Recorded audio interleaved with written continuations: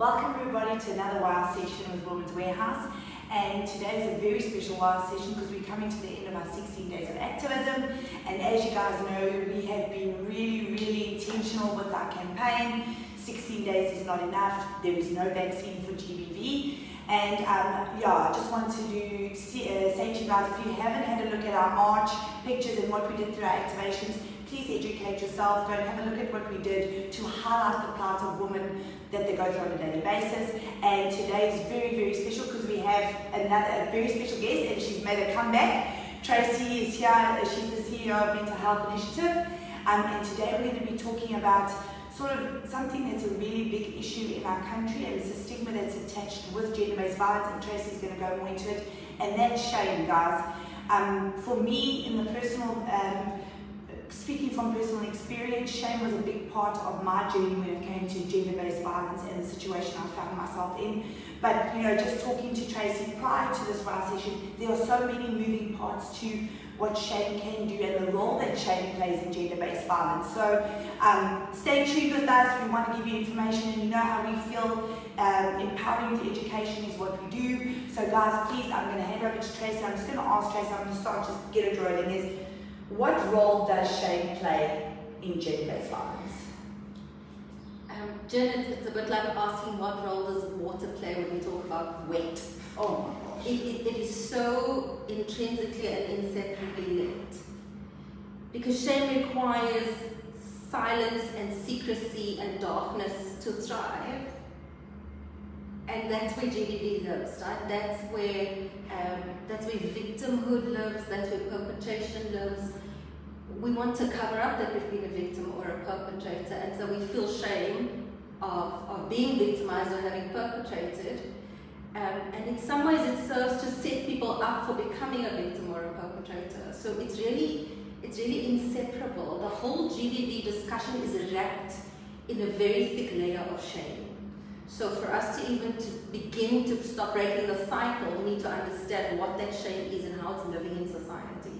So you're telling me that perpetrators act in a form of shame? Is that what you're saying? Is it not only a victim? Because you really think that shame is a victim-based emotion, shame is a victim-based, scenario. Sure. So you're giving me info here that it's actually not. It actually is double-sided. It is.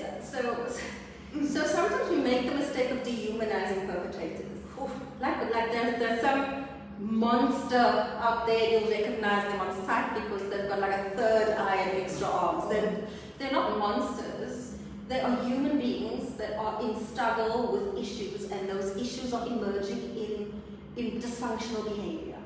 So let's begin by saying perpetrators are human beings who are in struggle. And part of that struggle is that at some point in their own lives, usually in childhood, there's been an experience that has implanted a deep sense of shame. And then you add on to it the patriarchal expectations of masculinity. Oh wow. Yeah. Men are not even allowed to have feelings, never mind talk about their feelings. So they bottle all that up inside. And then of course, when they're perpetrating, they know that the perpetration is wrong. They feel regret, they feel guilt, they feel shame, but they're stuck in this dysfunctional behavior cycle that they themselves can't break. So the important thing there is to remember that when we see them as humans that are struggling with something, we can start to understand that yes, they feel shame. They are not emotionless monsters. And we can't help them heal unless we first start recognizing that they are humans in pain, and part of that pain is shame. And are there programs that focus on this? Looking at, obviously, let's stay on the perpetrator for now, and then we can move to a victim base. Obviously, looking at any form, because you mentioned addiction as well, but any form of addiction, the first step is to acknowledge. So we look at narcissists, toxic masculinity. Narcissists are never, and I could be wrong, guys, but they're never going to admit that they've either done something or have a problem. Where do they go? How does this come about? Sure. So just a word of caution on using psychological terms in pop psychology. Okay. And I'm guilty of it too. So it is what it is. But narcissism itself is is a diagnosable disorder. Really? Okay. Right? So it's an actual condition, and that person would need treatment. It's not just a random set of characteristics. Wow. So we're borrowing from an actual diagnosis or diagnosable psychiatric or psychological condition, and we're kind of just grabbing that terminology and throwing it into pop psychology to mean anyone who thinks a little too much of themselves. Okay. So let's just, and we're all a little narcissistic. We're all a little bit about ourselves. So it is a scale of, it's like a scale of intensity. Okay. When we're talking about actual narcissists who have been diagnosed as having narcissistic personality disorder, Okay. then there's some proceed with caution type of stuff. But then also, if that person has been diagnosed, we understand that there are unchangeable things about them, and we either learn to love them with it, or we work around it, or we decide we can't be in relationship with people who have that diagnosis. In the world, when you meet people who have narcissistic type tendencies or characteristics, I would again be looking for what is the wound underneath. Okay.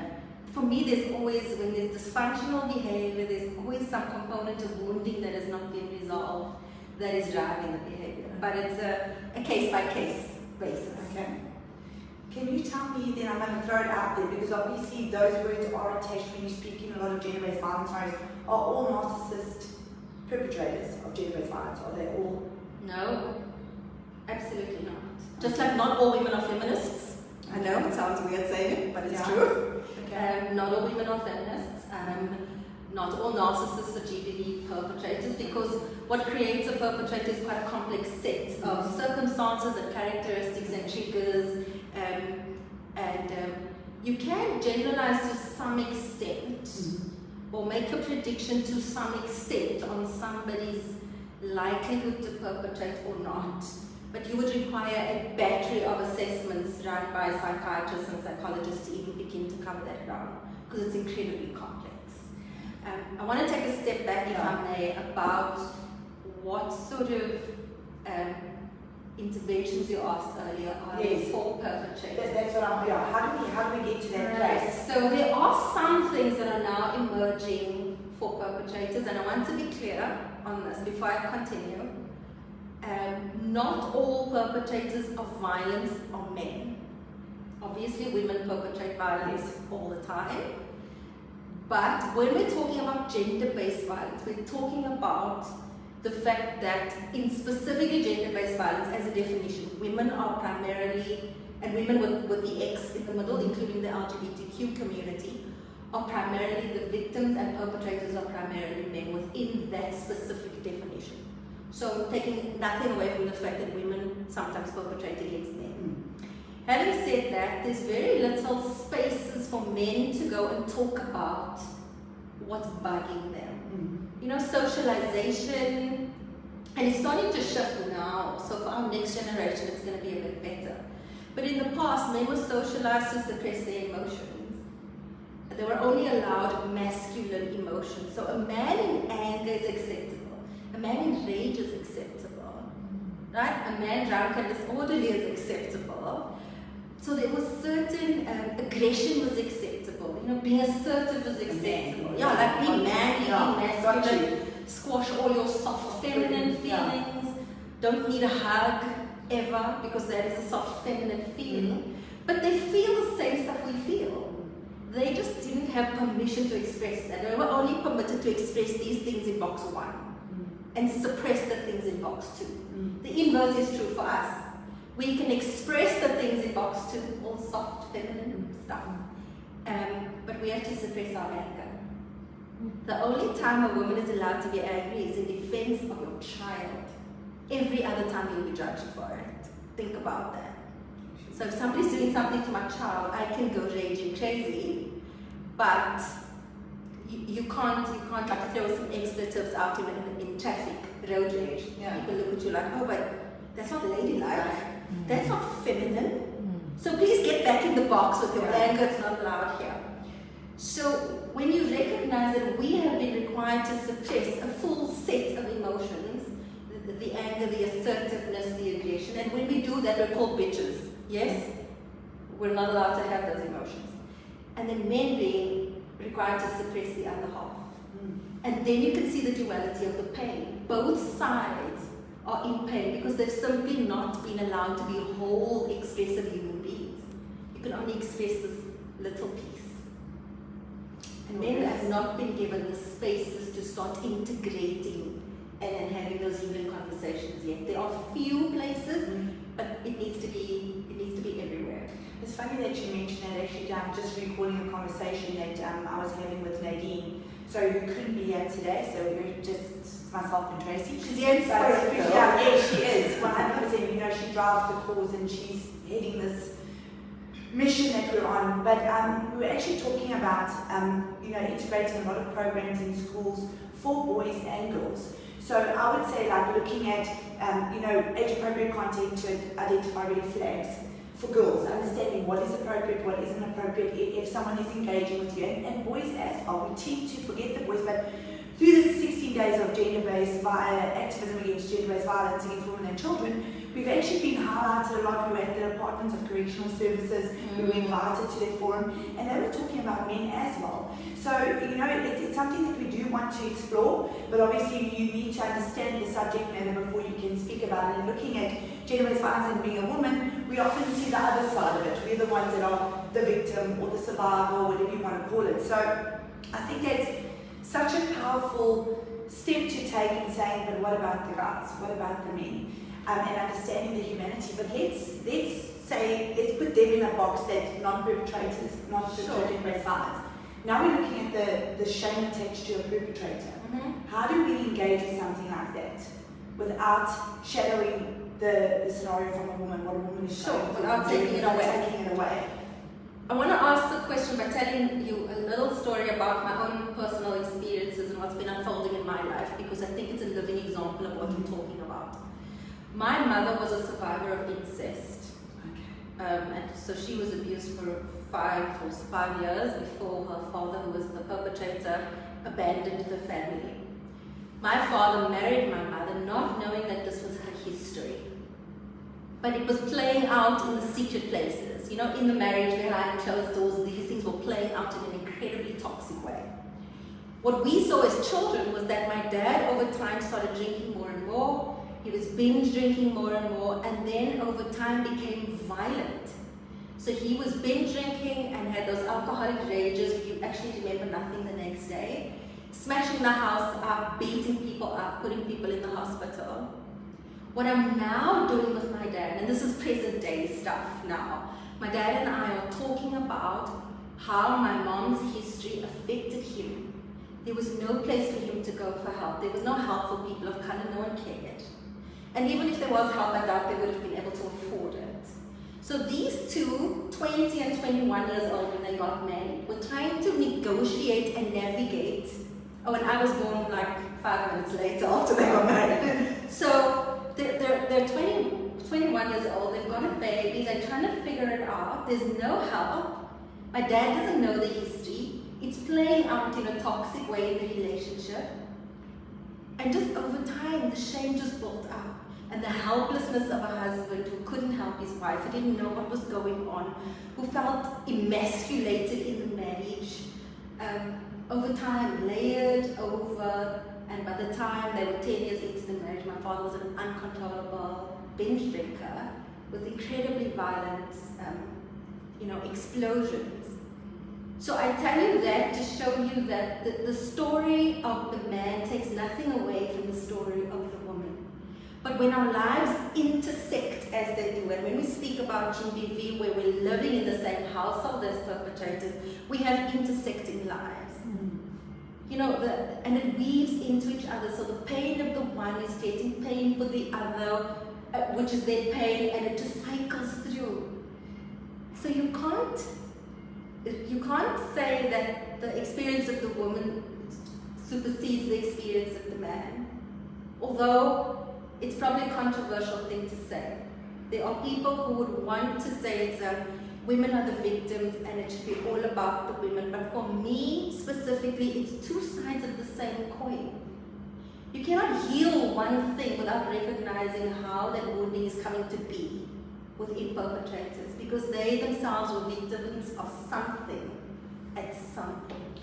Okay, but then why are the statistics so vast in difference? You know, from female to male perpetrators. I mean, we don't want to take anything away from the current situation, but statistically, it is staring us in the face. Women are dying every day.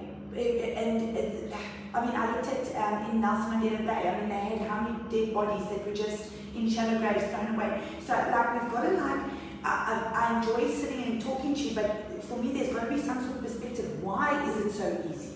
Why are these things happening? Sure. Without losing the sight of, yes, there are men that have gone through trauma, but we are sitting in a world where it is unrealistic that women should be living the way like Sure.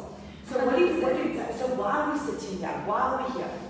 So we're talking about a social system which is bigger than all of us and will be around long after we are not. In order to end GBV, we have to change an entire system, but it's a system that's actually hundreds, if not thousands of years old. And there are pockets of things that you could draw from to answer this, Jen, but we can have a conversation about just that question for days. So when we go back to the emotions that women are permitted and men are permitted, right there you can see why women would be powerless. We're not allowed to be angry, we're not allowed to fight, we're not allowed to express rage. So we are already defined as powerless. There was a study done, I'm going to lie if I misquote it now, but there was a study done, which I know for sure, that was defined, Brené Brown quotes it in her work, where they looked at what defines being feminine. And the popular definition of feminine is be polite and quiet and pretty and spend all your money being more pretty. That's feminine. So where in that definition are women even given the permission or the voice to have boundaries at all? And then when you invert that and you look at it for men, the fact that society is high-fiving the aggression means they've got permission to transgress against us. So the system is giving that whole GBV cycle permission to exist. And then there are deeper things, you know, the Judeo-Christian concept about Eve being the originator of sin in the world has already messed us up. We're going to have another wild session about that, please. So that already puts us like, the fall of man is because of woman, and so already more disempowering stuff. And we can keep talking about how the system serves to undermine the equality of men and women, and that sets it up so that women are the victims. You know, in a parallel universe, maybe Adam ate the apple, and in that universe, the victims of GBV are more men than women. So, I'm not to oversimplify it because in fact, it's to say that it is so complex. Religion plays a role, our cultures play a role, the laws of the land play a role, the way people are educated or not educated play a role. Add socioeconomic pressure and poverty, that's a hot one that plays a role. And then of course, when people are so deeply wounded, as men and women and South Africa is a wounded country. We're not over the apartheid legacy stuff, and we know this because of what happened in July with the riots. Yes, we are a deeply wounded nation, and we still are that.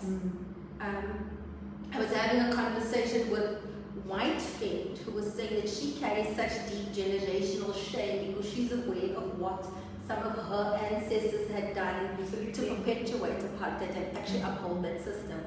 And she's so deeply ashamed of that. What happened 200 years ago doesn't even have anything to do with her. But it was her immigrant, family that kind of added to the. So that is part of what we need to heal. So if you have an unhealed nation, how can we love and respect one another on just a human level before we even talking about a gender level? It's hard. And so we numb, right? We're a society of numbers. We numb. I'm tempted to numb every time I drive past McDonald's. I will confess it. We have to manage it. But we numb. And desensitized. You know, I had a box of chocolates for breakfast yesterday morning because I was eating my feelings. I see my feelings. So, and that's the thing though, right? So we numb, but sometimes numb becomes super destructive, and that when we start talking about addictive behaviors, the addiction cycles, but you can't numb it forever. It eventually boils over some way, somehow. And that's what And we must remember that perpetrators are human beings in deep pain and struggle. So we've got to create spaces for them to actually speak about what's going on. I think there's definitely something that needs to be discussed, and sort of, if there's action plans, I mean, we're very action plan orientated, or, you know, support structures, but it is definitely something that we found that was, people were asking us, well, what about the men? What about us? We are still victims, and we had that in our activations. We had Ronald beat up, standing and saying, I'm a victim too, and I think it's changing that mindset as well, that we need to embrace as a woman. The biggest, I think, lesson or the biggest healing would come when you be able to embrace and forgive that. But I think that's a long, you know, we still need to get to the point where we're actually making ground just on GBV. So so we've spoken about the perpetrator, how does a woman, how does this shame tie in with the women, other than the obvious that you are a victim, the victim shame? I went through it. I was like, how could I even let this happen? Being the person that I am now, she's always been there. How did she die? Or how did she fall asleep for that amount of time? Sure. Because you feel some sense of responsibility for what is happening. Absolutely. Right? Absolutely. And so I want to differentiate between feeling a sense of responsibility, because I think it's important that we do. It's important that we own what happens to us in the world so we can change it. Yes. So I'm not a huge fan of it's not your fault. Another controversial thing to say, but I'm going to stick with it. The thing is not your fault what's happening to you. But at some point, it's happening to you because you're in that situation by choice. And yes, there are many circumstances that add to why a person is in that situation. So I'm saying that without judgment. Because my mom was in that situation with my dad, right? So it was a lived reality for me. But if we don't say, hey, I am in this situation because I've chosen myself into it somehow, then we never have the power to choose ourselves out of it. Then it's always someone else's power. We're always waiting to be rescued, or we're waiting for an abuser to stop their behavior, or we're waiting for a miracle, or we're waiting for the therapy, or we're waiting for them to stop drinking. But if we don't say, hey, I need to own some portion of responsibility for how this is happening, we can never change it. So I think some amount of responsibility is good. But wholesale absorbing the blame is not good. So there's two distinct separate things. Perpetrators must be responsible for their behavior. In fact, every human must be responsible for their own behavior, right? People don't make people do things. There's circumstances and there's thought processes, but we must own how we are showing up. And how we react to things. In terms of victim shame, a lot of it is to do with an underlying thought that says, but how did my judgment fail me here? How did I not see it sooner? There were clues and I didn't catch it, but now when I look back on the 5 or 10 years, I'm going like, oh, there are all the clues lined up, but I missed them at the time. So that's one part of it. The other part of it is shame that's implanted in childhood. And I want to make a distinction here that childhood shame is quite different from adulthood shame. Because children have an egocentric view of the world, and they must, because that's how they survive. In a child's world, the child is the center of the world, and all the adults in their world spin around them, meeting their every need. And in order to survive, they must inherently trust the people around them. Correct. So when they go ahead and they extend that trust, and that trust is violated, they feel like there's something wrong with them. Like they inherently feel like they are wrong. They are not lovable. They are not worthy of being loved and protected. They are inherently wrong.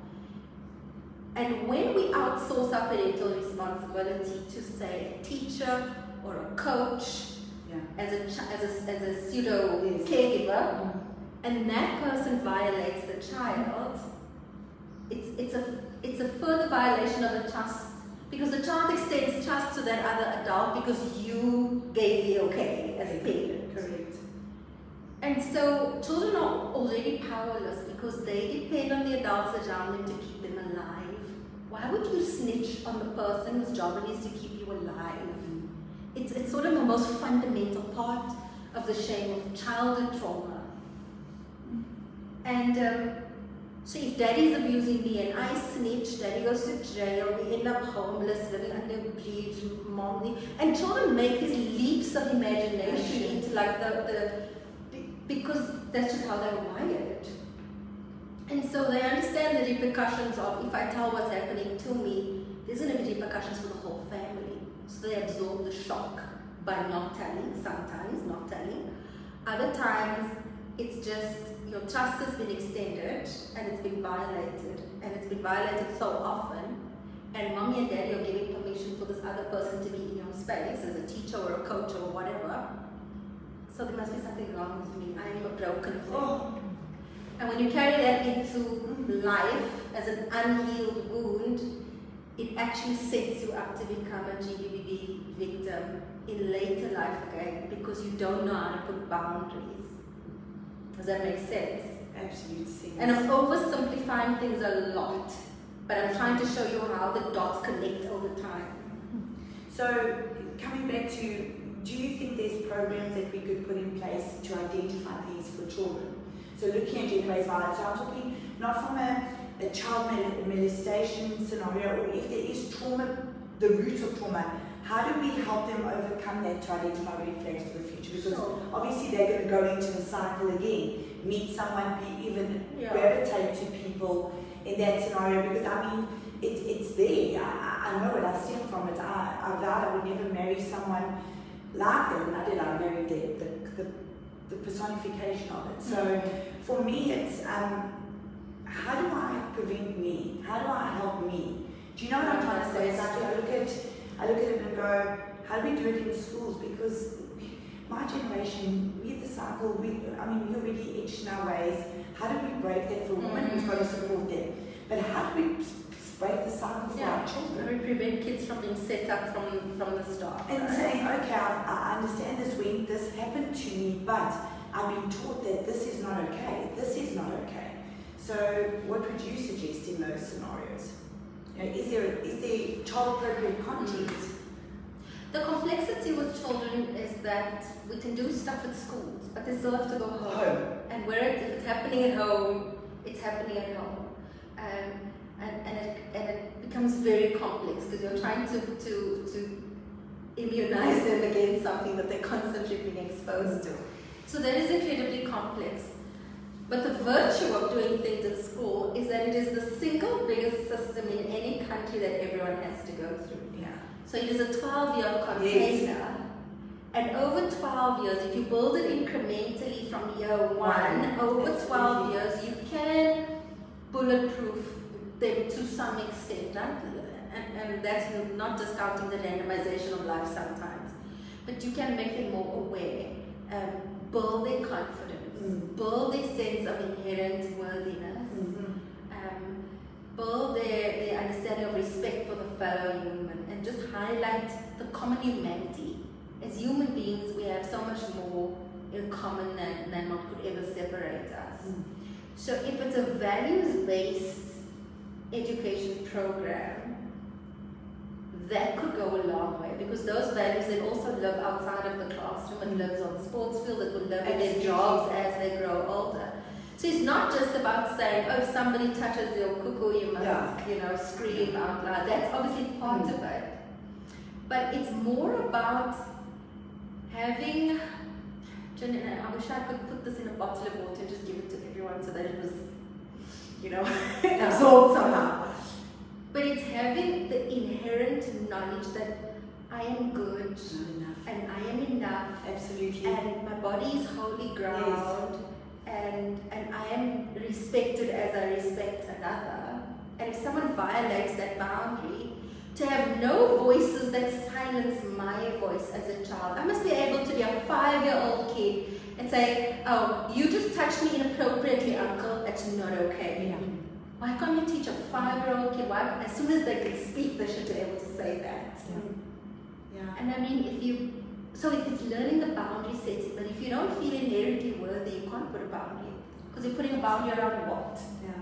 You know, that sense of self is so important. And that is where I think South Africa, or a country globally, through social media and the instant gratification of having everything at our fingertips, I think that's where we're falling short, is that the sense of worth or the perception of perfection is also the downfall. And I love social media, it's what we work with every single day of our lives, but there's this other dark, ugly side to it that I think, and I see it in men, but I know in girls, young girls, women, pre-teens, teens going, it's that constant trying to live up to, or trying to be perfect, or trying to feel worth through perfection, where I think there's a lot of this stuff, sort of settles itself or plant seeds, and we inadvertently water them.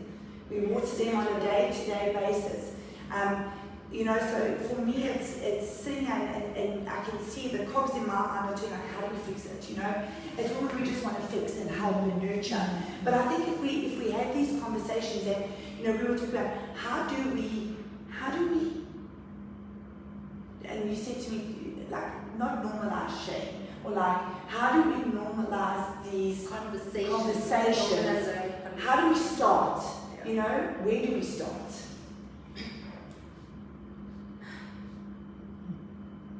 So there's the system up here, and then there's our individual lives. And I think the only place you can start is in your individual life. Start where you are as a human being. Start with the way you're engaging your partner, with the way you're engaging your children. Be more mindful. I say to my boys, they're 10 and 18 now, so I'm raising sons in this world, right? And I'm very careful, like, please Lord help me get this right, because to be a boy child in this time when GBV is such a topic, and I want to raise conscious boys. Yes. So that's another way to show up, is in the way you parent with consciousness. But I don't get it right all the time either. For me, it's, and what I say to the boys is, install a policeman between your head and your mouth. They do that on the radio with live broadcast. There's actually between a 3 and a 5 second delay where if somebody says a swear word, they can beep it out. So install that person in your head, and before you speak something, just run it through a filtration process. Like, is this okay? Is this offensive? Does this body shame someone? Is this subtly racist? Is there some kind of ism coming through in what I'm saying? Is it pure of heart? And then it can come out of my mouth. And sometimes they blunder. I blunder. I think everyone blunders. Absolutely. And we will say to each other, like the connection is broken. And that's how it lives in my household. It's a very conscious, deliberate effort to parent with awareness. And they will blunder, and then they course correct. Sometimes they'll say, oh, I just said that, but now I'm playing it back in my head and it actually wasn't okay. I'm going to reword it to this. So, and we're living it. And when they do it out in the world, it's the same thing. We are going to say the wrong thing, we're going to upset someone, we're going to step on someone's rights, we're going to violate something because we're humans trying to be in the world. But can we do it mindfully of how it's affecting the other person? And once you're living it in yourself, and then you're living it in your household, and you're living it in your business, and you're living it in your streets, it's the same principle as if we all swept our own fronts to be step, then the country would be clean, right? So take responsibility for how you are showing up, and then it'll have a ripple effect. And that applies to the system as well, because the system that we talk about as if it's this disembodied thing, it's not a disembodied thing. It's created by people who occupy those roles, the leaders in local, provincial, national government, in corporations, in non-profits, in faith-based organizations. Those are human beings. And so the same would apply to them. Imagine if the leaders in government were showing up with that same idea of let me clean my own step and make sure my own act is clean, and then you add them up, and then the little drops become a tsunami of change. And I also think what we need to all remember is that we're all broken. We all have a seed of trauma. We've all gone through something, and the stigma attached to when someone confides in you, we spoke about on Friday. Be inclusive, be conscious, be mindful. Put the policeman. Are you going to say something that's going to be helpful, mindful? Is it going to build a person up or break them down? I think that's a big step for us together, and that's why these conversations are so important, is because we don't have all the answers, but we want to educate you through the experts that do. So I think we've got, I want to thank you, Trace. I want to thank you so much. And this is going to be, you're going to see her again 2022. We're going to be wrapping up for the year, but it's something that we do want to have on a constant basis, because I think it's so powerful, because you bring us all the sides. You know, we're fighting this fight, but we also need to be mindful of, you know, how big this thing really is, and how everybody plays their part. And that's why we're speaking to corporate South Africa, that's why we're going to government, that's why we're marching, that's why we offer workshops, and that's why we do what we do. It's not for anything but to change the woman's lives. You know, seeing a woman that identifies with abuse and understanding it's not her fault is because you've created a safe environment for her to be and be open and be, you know, you speak the truth.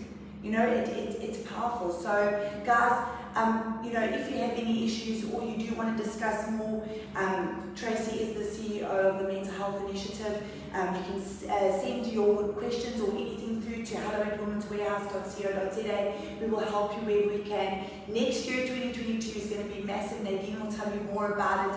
We're going, but Tracey will definitely be on our panel again. We want to have more people involved to give you all the information that you need to make informed decisions, educated decisions, and use wisdom in these situations. So thank you so much for joining us. Tracey, is there anything else you want to say?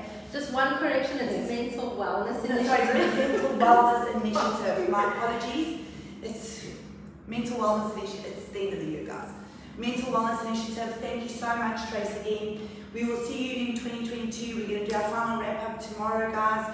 Thank you so much. Enjoy the rest of your afternoon. Bye. Have a safe holiday. Yes. Be safe. Be wise.